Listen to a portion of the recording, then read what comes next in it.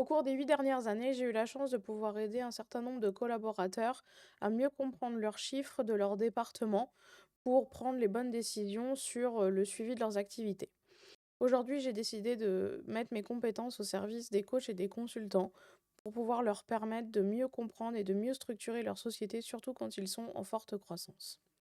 À la fin de cette vidéo, tu sauras exactement comment analyser tes finances étape par étape, mais aussi surveiller l'ensemble des points critiques qui pourront te servir à améliorer ta trésorerie et tes marges. Et aussi, le point important, mettre en place un vrai plan d'action qui pourra te permettre de structurer tes finances. Donc le plan de cette vidéo, c'est que je vais te proposer une sorte de petit audit express pour savoir là où tu en es au niveau de tes finances. Donc on va commencer par l'étape numéro 1 donc pour rassembler l'ensemble de tes données financières, l'étape numéro 2 sur l'analyse de tes revenus, l'étape numéro 3 sur passer en revue l'intégralité de tes dépenses, la 4 la vérification de ta trésorerie, l'étape numéro 5 examiner tes marges, l'étape numéro 6 donc vérifier tes dettes et tes créances, et l'étape numéro 7 te fixer des objectifs financiers. Donc si tu me connais pas, je te fais une petite présentation rapide. Donc Charlie, j'ai 27 ans et aujourd'hui je suis responsable financier. À côté de mon travail, je suis aussi gérante d'une SCI familiale. Et j'ai décidé depuis quelques mois de mettre mes compétences au service des coachs et des consultants qui sont en pleine croissance pour les aider à structurer et à booster leur business en les libérant de ce stress financier. Je propose un accompagnement qui est 100% personnalisé et qui vous offre une vision claire et des outils super simples pour pouvoir suivre et optimiser vos finances. Donc passons dans le vif du sujet. Étape numéro 1, rassembler les données financières. Donc, rassembler des données financières, donc le premier point, c'est les symptômes qui sont liés à ça, c'est que tu te rends compte que tu as pas une vue d'ensemble de tes finances. Tu es submergé par tes papiers, tes fichiers éparpillés. Tu as des fichiers Excel, c'est bien, mais ils sont dans tous les sens et il n'y en a pas un seul qui te rassemble les bonnes infos au bon endroit. Et donc grâce à ça, bah, en fait, à cause de ça plutôt, c'est impossible pour toi de prendre quelconque décision éclairée parce que tu n'arrives pas à avoir des données qui sont consolidées. Donc la solution, c'est d'avoir un endroit, un fichier, un Google Sheet, un Excel, un logiciel comptable, peu importe, qui te centralise l'intégralité de tes données avec ton chiffre d'affaires, tes analyses de chiffre d'affaires, tes dépenses et tes analyses de dépenses. Parce que sans une vision claire, tu peux pas prendre des bonnes décisions. Et si tu vois pas les choses correctement, eh ben, tu peux louper un détail. On passe ensuite à l'étape numéro 2. Donc l'étape numéro 2, c'est analyser tes revenus. Donc c'est là, c'est si jamais tu sais pas d'où vient ton chiffre d'affaires. Donc quand je dis d'où vient ton chiffre d'affaires, c'est quelle prestation précise dans ton catalogue est le plus gros apporteur de chiffre d'affaires. Il faut que tu saches l'analyser. Et également, quels sont tes clients. Si tu as un client récurrent, deux clients, si c'est des clients éparpillés, voilà. Il faut vraiment que tu connaisses la source de ton chiffre d'affaires. Ensuite, c'est donc du coup, si tu n'arrives pas à savoir déjà d'où vient ton chiffre d'affaires concrètement, tu vas pas savoir là où il faut que tu mettes tes efforts pour voir là où tu as les offres qui sont les plus lucratives et où ça te rapporte le plus. Si tu passes ton temps à bosser sur un sujet ou à faire des prestats qui te rapportent rien, ça va pas t'aider. Donc la solution à ça, c'est qu'il faut bien que tu classifies tes sources de chiffre d'affaires. Donc coaching, consulting, formation en ligne, voilà, peu importe ce que tu fais. Mais voilà, il faut vraiment que tu détailles par type de prestat et tu peux même aller plus loin par détailler par type de client, si tu as des sources de clients différents. Et après, à partir de là, il faut que tu établisses ta source la plus rentable. Si c'est un consulting d'une heure qui est plus rentable, si c'est un coaching longue durée, si c'est une formation, bah voilà, il faut que tu saches là où tu gagnes le plus d'argent.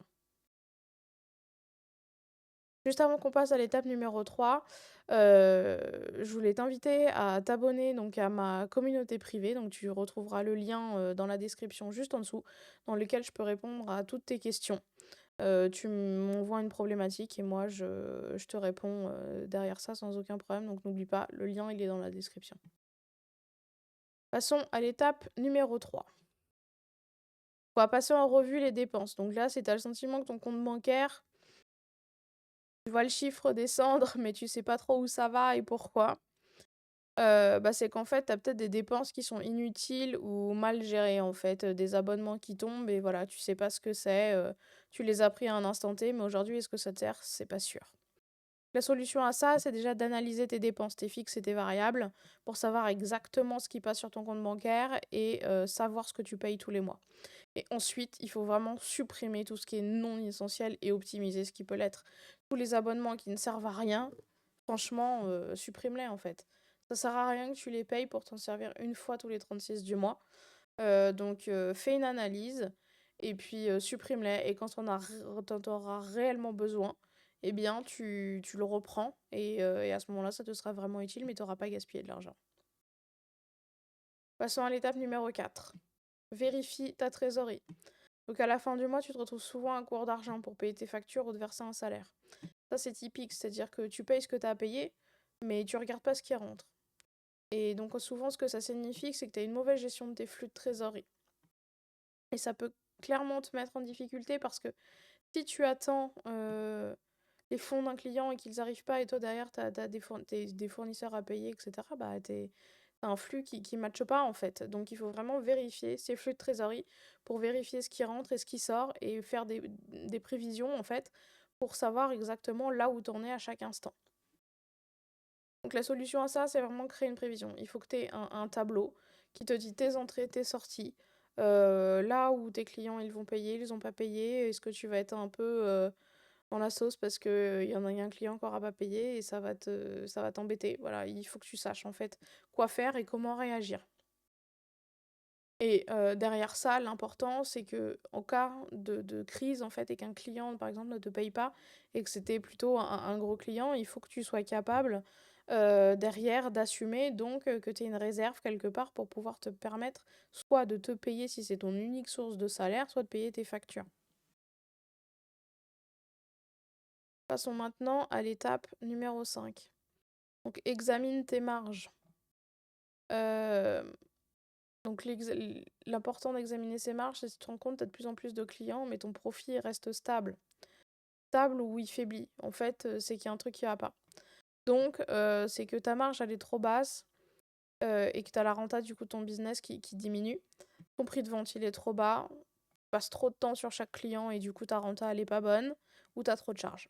Les sources peuvent être différentes, mais justement, c'est important d'analyser pour savoir d'où vient ton problème en fait. Donc, il est important de calculer ces marges sur chaque service que tu vends. C'est-à-dire que si tu vends de la formation, il faut que tu calcules tes marges sur la formation. Si tu vends du coaching individuel, il faut que tu calcules sur le coaching. Si tu vends du consulting d'une heure, il faut que tu calcules sur ton consulting d'une heure. Et pour ça, il faut absolument que tu connaisses ton taux horaire. Parce que c'est le temps que tu vas y passer, plus les charges que tu vas mettre, parce que c'est pas les charges qui jouent clairement en coach et en consultant, c'est toi. Donc c'est le temps que tu y passes. Il faut que tu connaisses ton taux horaire pour pouvoir ajuster tes prix. Si jamais c'est une histoire de coûts, réduire tes coûts. Et ensuite, mettre de plus en plus en place des process d'automatisation. Parce que qu'est-ce qui va te prendre du temps? C'est les choses que tu dois faire à la main. S'il y a des choses que tu peux automatiser et avec ça gagner du temps, eh ben c'est un bonus en fait. Donc plus tu arrives à automatiser et à mettre des process en place qui sont clairs, précis et qui ne sont pas manuels, un, ça évite les erreurs et deux, ça te permet de gagner du temps et ça c'est super important. Maintenant passons à l'étape numéro 6, qui est la vérification des dettes et des créances. Avant de passer à cette étape, moi j'aimerais te dire un petit mot. Aujourd'hui, j'aide des coachs et des consultants à mieux comprendre tout ce que j'explique aujourd'hui. Donc si c'est ton cas et que tu as du mal à comprendre, eh bien, tu n'hésites pas, tu cliques dans le lien dans la description et moi je te propose une analyse d'une heure pendant laquelle on discute, tu me présentes tes problématiques et moi je t'apporte les réponses.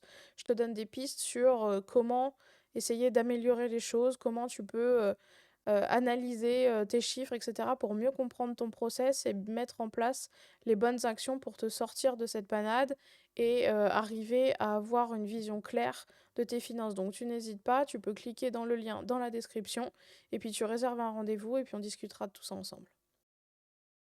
Donc sur l'étape numéro 6, on va passer à la vérification des dettes et des créances. Donc par exemple, c'est si tu as un fournisseur impayé ou si tu as des paiements de clients en retard. Donc ça impacte, ces deux choses-là impactent forcément ton flux de trésorerie et ça t'empêche de gérer ton business sereinement parce que c'est du stress en plus. Pour éviter ça, il faut avoir un suivi rigoureux de tes paiements en attente et relancer tes clients rapidement. C'est dès que tu as un client qui est en retard d'une journée, tu le relances, t'hésites pas. En fait, toi, t'es pas là pour faire la banque de ton client, hein. Il faut comprendre que tu as un business à faire tourner et il faut pas être, gentil à dire toujours oui. Donc il faut absolument un client est en retard, tu le relances. Si c'est un coaching qui est facile à annuler ou une séance, il a pas payé, tu annules, tu ne fais pas la séance, tu gagnes du temps et tu travailles pour toi. Et là, tu vas travailler pour quelque chose qui va te rapporter de l'argent, mais tu ne travailles pas pour un client qui ne te paye pas. Ça fonctionne pas si tu le fais dans ce sens-là. Passons maintenant à l'étape numéro 7, qui est se fixer des objectifs financiers. Si t'as pas d'objectif clair pour améliorer ta situation financière, en fait, tu vas pas pouvoir mesurer tes progrès, ni atteindre une certaine stabilité parce que t'as pas d'objectif vers lequel aller.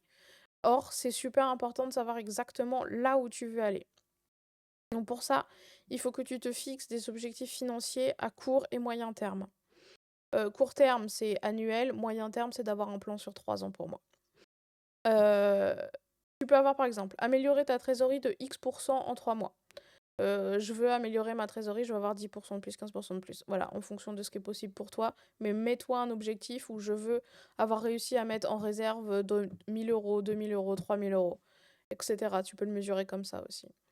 Réduire les charges inutiles. Ouais, voilà, j'ai fait un tri dans mes charges, j'ai eu 2 abonnements dont je me servais pas, bah, je les ai annulés. Voilà, ça m'a fait gagner, c'est peut-être pas grand-chose, mais au bout de l'année, ça peut faire beaucoup.